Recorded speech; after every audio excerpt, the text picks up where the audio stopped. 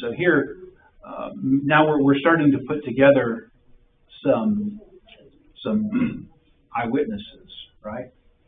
We've got the women, but maybe we could dismiss them, but we've talked about this group of women and the significance of this group of women.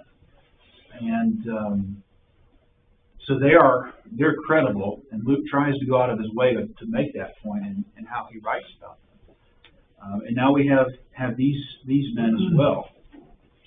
In 36, we have he makes this appearance to the disciples. As they were talking about these things, Jesus himself stood among them and said to them, "Peace to you." But they were startled and frightened and thought they saw a spirit. I mean, I can't even imagine not just telling about this, but trying to write this down. You know, how do you convey that? Well, Jesus just stood there and he says, "Peace to you," and they were startled and frightened. Like, no kidding. Like, how do you convey their emotion into words? But he says to them, "Why are you troubled? And why do you doubt? And why do doubts arise in your hearts? See my hands and my feet, that it is I myself. Touch me and see. For a spirit does not have flesh and bones, as you see that I have." And when he said this, he showed them his hands and his feet. And while they still disbelieved for joy and were marveling, and he said to them, "Have you anything to eat here to eat?" And they gave him a piece of broiled fish, and he took it and ate before them. And he said to them, "These are my words that I spoke to you while I was still with you, that everything written about me in the law of Moses and the prophets and the Psalms must be fulfilled." And he opened their minds to understanding the Scriptures. And he said to them, "Thus it is written, that the Christ should suffer and on the third day rise from the dead, and that repentance for the forgiveness of sins should be proclaimed in the name of all the nations, beginning from Jerusalem. You are witnesses of these things. And behold, I am sending the promise of my Father upon you, but stay in the city until you are clothed with power from on high." So, he's saying, I'm not a ghost. Even though he had just materialized before. Yes, sir. Can you imagine what the disciples going, "Well, he was here, he broke bread, then he disappeared, then he showed," I mean, they're like going, "Oh, gosh." Yes. Yeah, what's going on? But he proved to him that he was flesh and blood. So that's... Yes. Touch me. He eats food to do that, and it's a bodily resurrection. And again, there is no conception of that in any Jewish tradition. Here it's a bodily resurrection. Of course, this all again this is the only glimpse that we have, really, of what our resurrected form will be.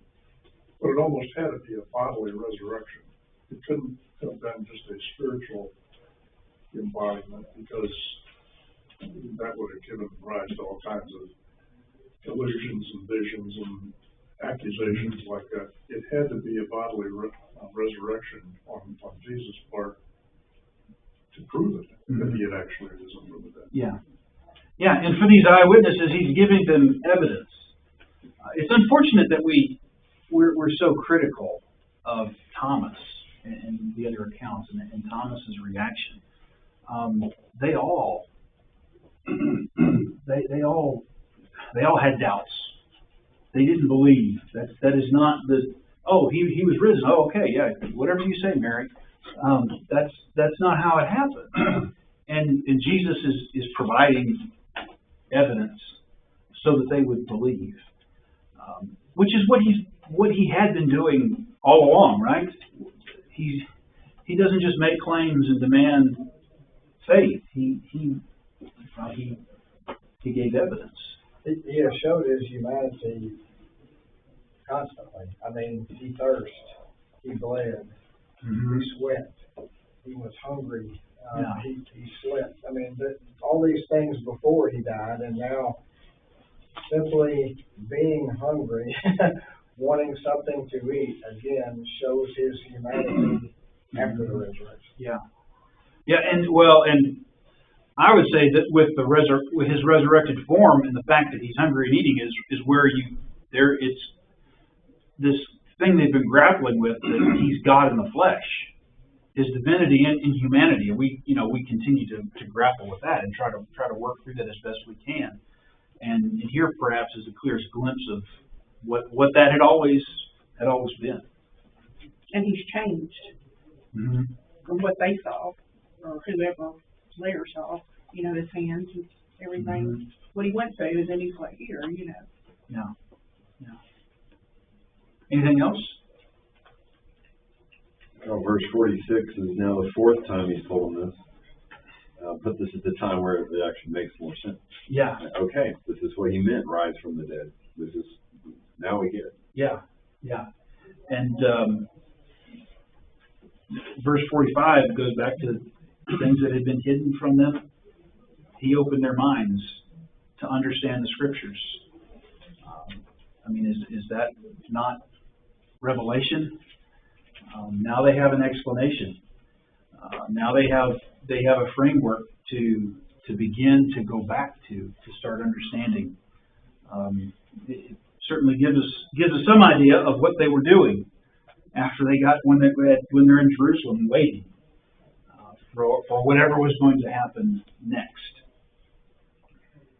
I had never read this really close, 28 down to 36. So you're on the road to Emmaus with two disciples. Then, when they get in 28 to a village, he sits down and eats with more disciples, right? Just those two? And it says, they drew near where they were going. Wait a minute. So he made himself known to those two disciples there. Yeah. But it says, and then they rose up in 33, that very hour returned to Jerusalem and found the 11. So now here are these two disciples going and telling the 11, we saw Jesus too. Mm-hmm. Yeah.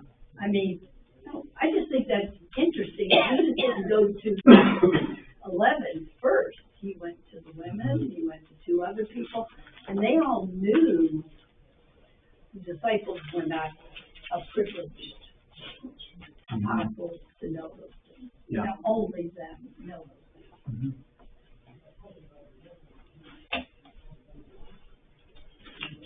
Then here in 50, to the end of the book, it says, and he led them out as far as Bethany, and lifting up their hands, he blessed them. While he blessed them, he parted from them and was carried up into heaven. And they worshipped him and returned to Jerusalem with great joy, and were continually in the temple blessing God. That's the conclusion, the ascension of Jesus. And if you go into Luke, it gives you you go into Acts.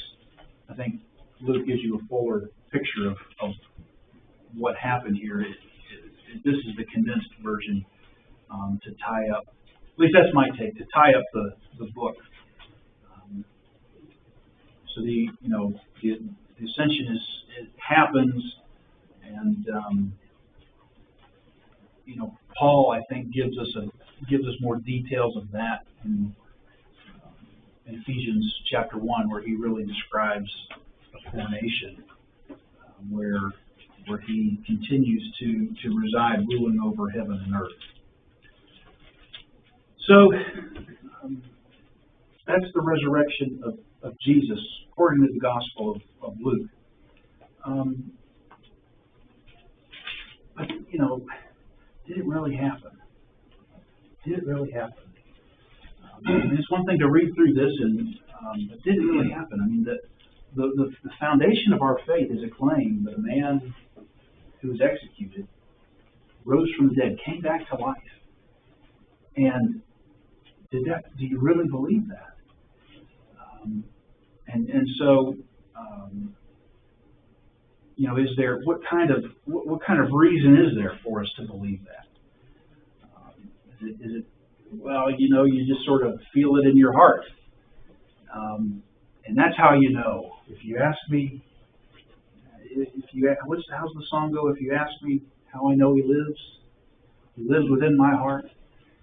That's a nice song. That's a nice song. But is there more to it than just feeling? I had a Mormon one time sit at my kitchen table, pound on his chest with a tear in his eye, telling me about how he knew in his heart that Joseph Smith was a true prophet of God. So he believes that, and I believe what I believe. So we just flip a coin. Is that how it works? Is there more to it than that? And we don't have time to go into all of it tonight. But there is a wealth of information regarding this topic, and I would strongly urge you to dig into it and to familiarize yourself with it for the sake of your own faith and for the faith of other people. So, the time we have here, I'm going to give you just a real simple explanation for the resurrection. Maybe some of you have come across this. I think Lee Strobel is the one who's kind of popularized it. He talks about the 4 E's of the resurrection. So it's a good little memory device here. Execution, empty tomb, early accounts, and eyewitnesses.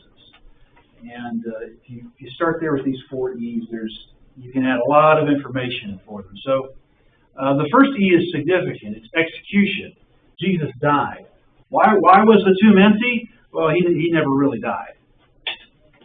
That's why. He was in the tomb, and because of, I don't know, the climate in the tomb, he was able to somehow,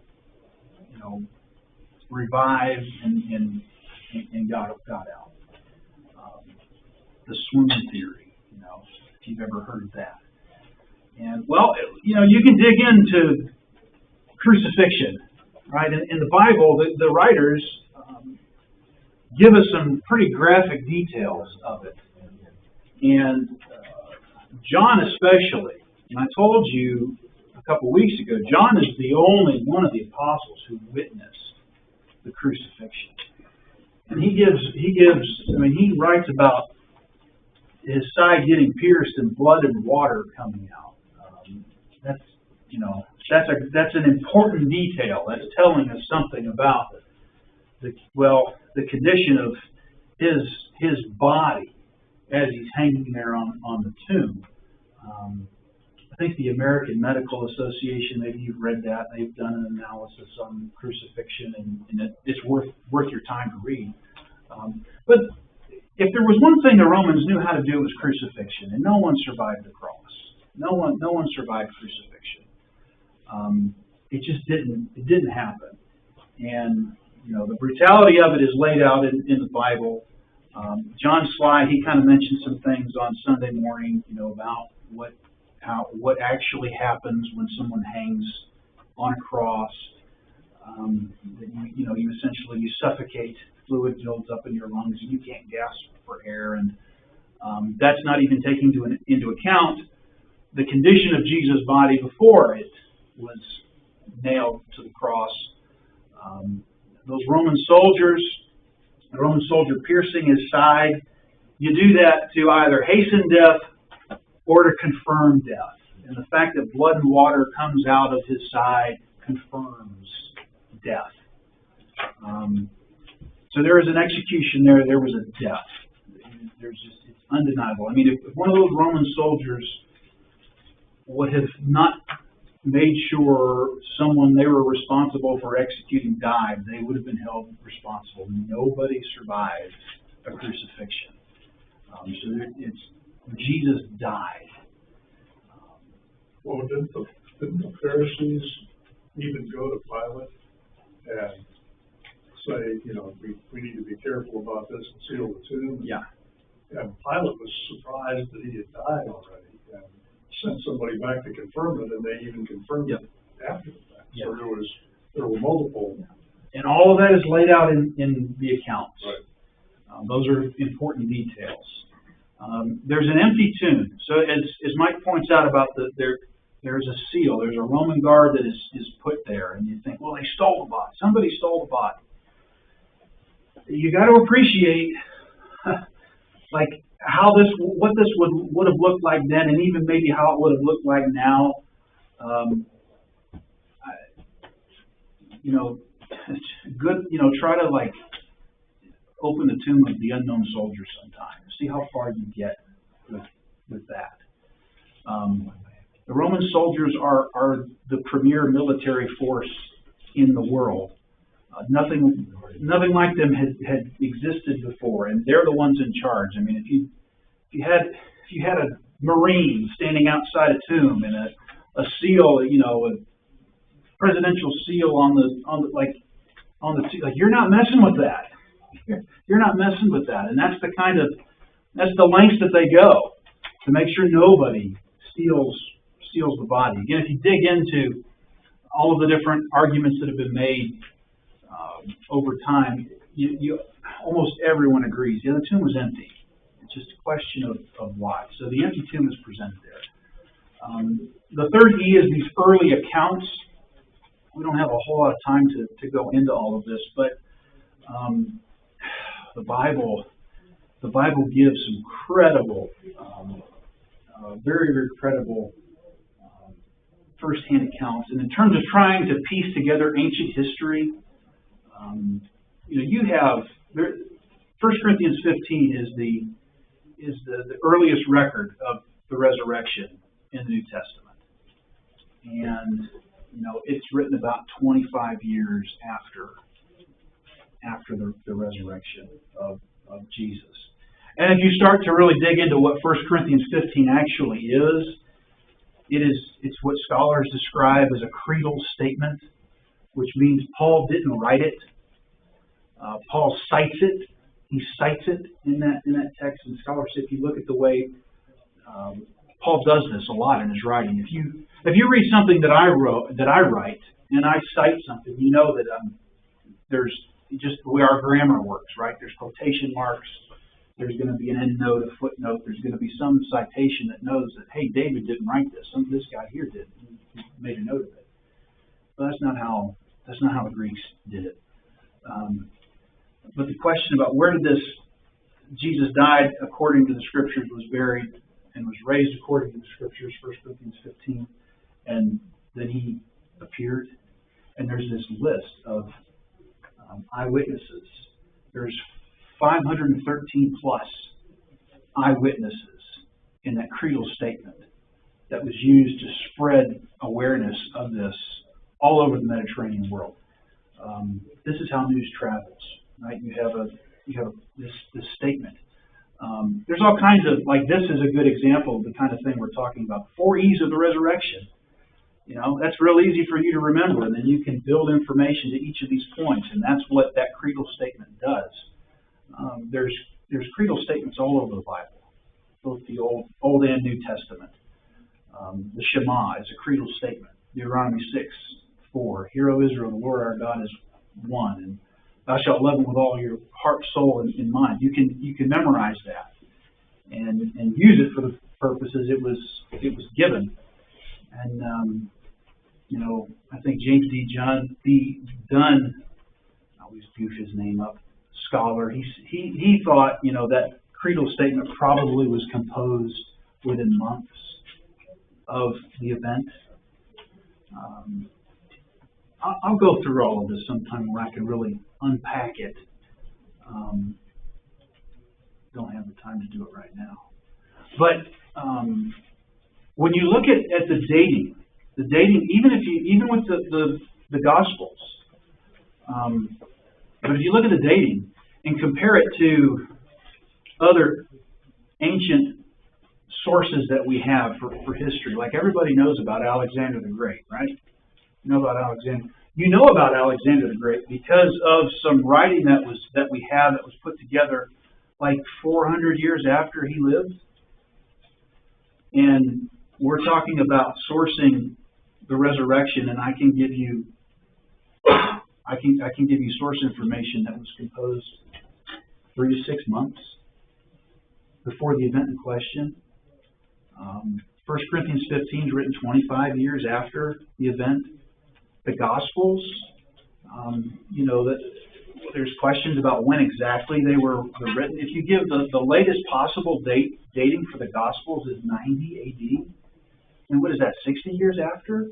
Like John. And John, right. John, and, you know, Mark is the earliest. Mark's the earliest of the Gospels, and there's some questions about when he wrote that some will say it was 70 AD. There are people now who are saying, no, it might have been written around 30 to 35 AD.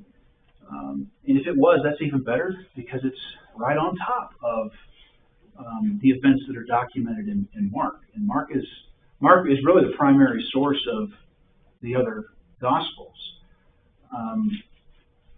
I say all of that to just give you some sense of how well sourced this event is, even compared to other historical information that we have. There's really nothing in ancient history that compares to the kind of sourcing that we have for the resurrection. Not just early dating, but the amount of sources compared to what we take about Julius Caesar, Alexander the Great, or all these other events. I have a handful of sources.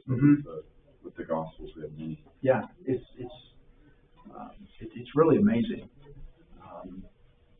But you know, if you went to campus and you tried to contend that Julius Caesar never lived and wasn't a real person, you would be laughed off campus, right? But anyhow, that's a good little. Again, Lee Strobel, you can find all kinds of stuff online about him, about this little pneumatic thing here. So, all right. Well, thanks so much. I've enjoyed the quarter. I hope that you have too. As we really just try to focus in on Jesus Sunday.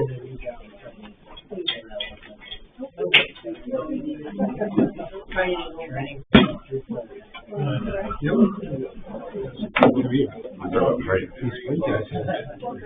a little bit. Killing me. I had like full, like lactic headache and nausea.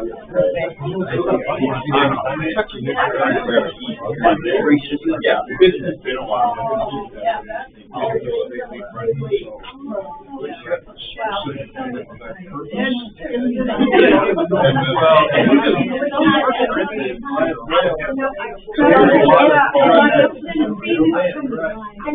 He tries to describe Yeah, no, I never had one. I don't know Jesus when we say it was a body. Well, it won't do justice. But even that. I know, I check it. No,